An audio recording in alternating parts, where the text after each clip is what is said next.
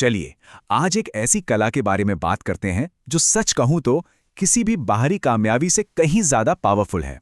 और वो है मन को शांत रखने की कला। ये एक तरह की जर्नी है, एक ऐसा सफर जो हमें उस गहरी अटूट शांति तक ले जाएगा जिसे हम सब कहीं ना कहीं ढूंढ ही रहे हैं। तो फिर शुरू करें ये सफर। इस सफर की शुरुआत एक बहुत ही पावरफुल थॉट से होती है। जीवन की सबसे बड़ी ताकत शोर में नहीं, शांति में छिपी होती है। ये सुनने में तो एक सिंपल सा वाक्य लगता है ना? पर असल में ये हमारी पूरी बातचीत का निचोड़ है। असली ताकत, असली स्ट्रेंथ बाहर की भागदौड़ में नहीं, बल्कि हमारे अंदर की जो स्टिलनेस है, जो ठहराव है, उसमें है।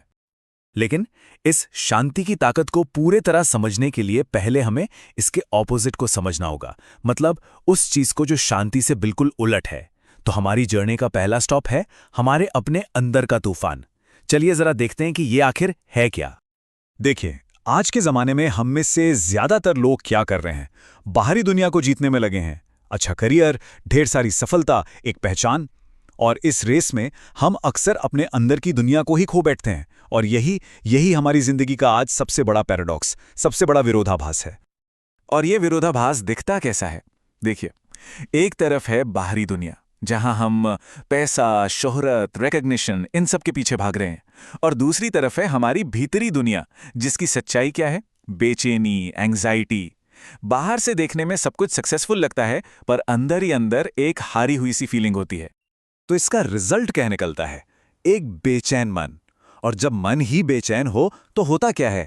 जरा सी तारीफ मिली नहीं कि हम हवा में उड़ने लगते हैं, और जरा सी किसी ने बुराई कर दी तो सीधे जमीन पर आ गिरते हैं। मतलब पूरा बैलेंस ही बिगड़ जाता है। तो फिर इस अंदर के तूफान का इलाज क्या है? जवाब सिर्फ एक शब्द है, शांति। तो चलिए अब पार्ट 2 में हम शांति को एक नया मीनिंग देंगे। इसे कमजोरी की तरह नहीं, बल्कि सबसे बड़ी ताकत के रूप में समझने की कोशिश करेंगे। अक्सर लोग सोचते हैं कि शांत रहना मतलब कमजोर होना, पर ऐसा बिल्कुल नहीं है। शांत रहना एक कला है। अपने अंदर के शोर को बुझाकर बाहरी दुनिया में अपनी रोशनी फैलाने की कला। ये बस चुपचाप बैठ जाना नहीं है, ये एक बहुत ही पावरफुल स्टेट ऑफ बीइंग है। तो सवाल उठता है, शांति का असली मतलब है क्या? इसे ऐसे समझिए, जैसे अपने अंदर एक इतना मजबूत किला बना लेना कि फिर चाहे कोई इंसान हो, कोई सिचुएशन हो, या जिंदगी का कोई भी तूफान आए, वो उसे हिला तक ना पाए। जरा सोचकर देखिए एक ऐसे मन के बारे में जिसे ना तो किसी की तारीफ से फर्क पड़ता है, ना किसी की बुराई से। हालात अच्छे हों या बुरे, लोग अपनी राय बदलें, कुछ भी उसे अपनी जगह से हिला नहीं पाता। यही तो है एक शांत मन की असली ताकत। और एक सबसे जरूरी बात, हमारी जिंदगी के जितने भी सही फैसले होते हैं ना, वो अवेयरनेस से आते हैं। और अवेयरनेस कहाँ से आती है? भीतरी शांति से। इसका सीधा सा मतलब यह है कि शांति सिर्फ एक अच्छी फीलिंग नहीं है, ये एक प्रैक्टिकल टूल है, एक बेहतर जिंदगी जीने का जरिया है। ठीक है, तो अब सबसे बड़ा सवाल, इस शांति को पाया कैसे जाए, है ना? तो चलिए अब अपनी जर्नी के सबसे प्रैक्टिकल हिस्से पर चलते हैं। पार्ट 3, शांत रहने की कला। तो भीतरी शांति को पाने के लिए यहां 7 बहुत ही सिंपल प्रैक्टिसेस हैं। पहला है मौन, यानी साइलेंस। फिर है सुनना, मतलब ट्रूली लिसनिंग। तीसरा है स्वीकार करना, यानी एक्सेप्टेंस। चौथा धीरे जीना, लिविंग स्लोली। पांचवा प्रकृति से जुड़ना। छठा क्षमा करना, फॉरगिवनेस। और सातवां आभार, यानी ग्रैटिट्यूड। और एक बात याद रखिएगा, ये कोई बोझ नहीं है, कोई काम नहीं है। ये तो वो प्रैक्टिसेस हैं जो हमारे मन को, जो अक्सर हमारा सबसे बड़ा दुश्मन बन जाता है, हमारा सबसे अच्छा दोस्त बनाती हैं। और ये रिश्ता सिर्फ लगातार प्रैक्टिस से ही बदलता है। चलिए अब हम अपने इस सफर के सबसे गहरे, सबसे प्रोफाउंड लेवल पे चलते हैं। पार्ट 4, साक्षी भाव, जिसे हम कह सकते हैं सच्ची स्वतंत्रता। अब ये साक्षी भाव है क्या? इसे ऐसे इमेजिन कीजिए, आप एक नदी के किनारे आराम से बैठे हैं और बस पानी को बहते हुए देख रहे हैं। साक्षी भाव ठीक यही अवस्था है, जहां आप अपने थॉट्स, अपने इमोशंस को उस नदी की तरह बस बहते हुए देखते हैं, बिना उस नदी में कूदे, बिना उसमें बहे।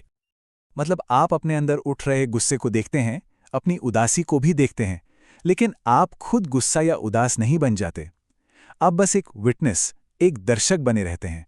और यही जो दूरी है ना, यही हमें असली शांति और कंट्रोल देती है। तो यहां पर एक बेचैन और एक शांत मन का फर्क बिल्कुल साफ हो जाता है। एक तरफ है रिएक्टिव माइंड, जो हर बात पर तुरंत रिएक्ट करता है, इम्पल्सिवली, इमोशनली। और दूसरी तरफ है रिस्पॉन्सिव माइंड, जो अवेयर है, कॉन्शियस है, जो रिएक्ट करने से पहले सोचता है। तो फैसला हमारा है कि हमें कौन सा मन बनना है, वो जो अपनी सारी पावर दूसरों के हाथ में दे देता है, या वो जो अपनी एनर्जी को बचाकर समझदारी से जवाब देता है। तो इस विटनेस स्टेट को पाने के फायदे क्या हैं? इसके फल क्या हैं? पहला, आप हालात के गुलाम नहीं रहते, आपको सच्ची आज़ादी मिलती है। आपके अंदर एक गहरी करुणा, एक कंपैशन पैदा होता है। आपके फैसले सिर्फ दिमाग से नहीं, आपके इंट्यूशन से आने लगते हैं। और सबसे कमाल की बात, आपकी मौजूदगी, आपका प्रेजेंस ही दूसरों के लिए एक सुकून बन जाता है। आपकी खामोशी ही एक सबक बन जाती है, आपकी शांति ही दवा का काम करती है। एक सच में शांत इंसान दुनिया पर असर डालने के लिए कुछ करता नहीं है, उसका होना ही काफी होता है। तो आखिर में मैं बस एक सवाल के साथ इस बात को ख़त्म करना चाहूँगा। ज़रा सोचिए, अगर हर सिचुएशन में, हर हाल में आपका मन शांत रह सके, तो आपकी ज़िंदगी क्या से क्या हो सकती है? इस पे सोचिएगा ज़रूर, क्योंकि अंदर की शांति की ताकत की कोई सीमा नहीं होती।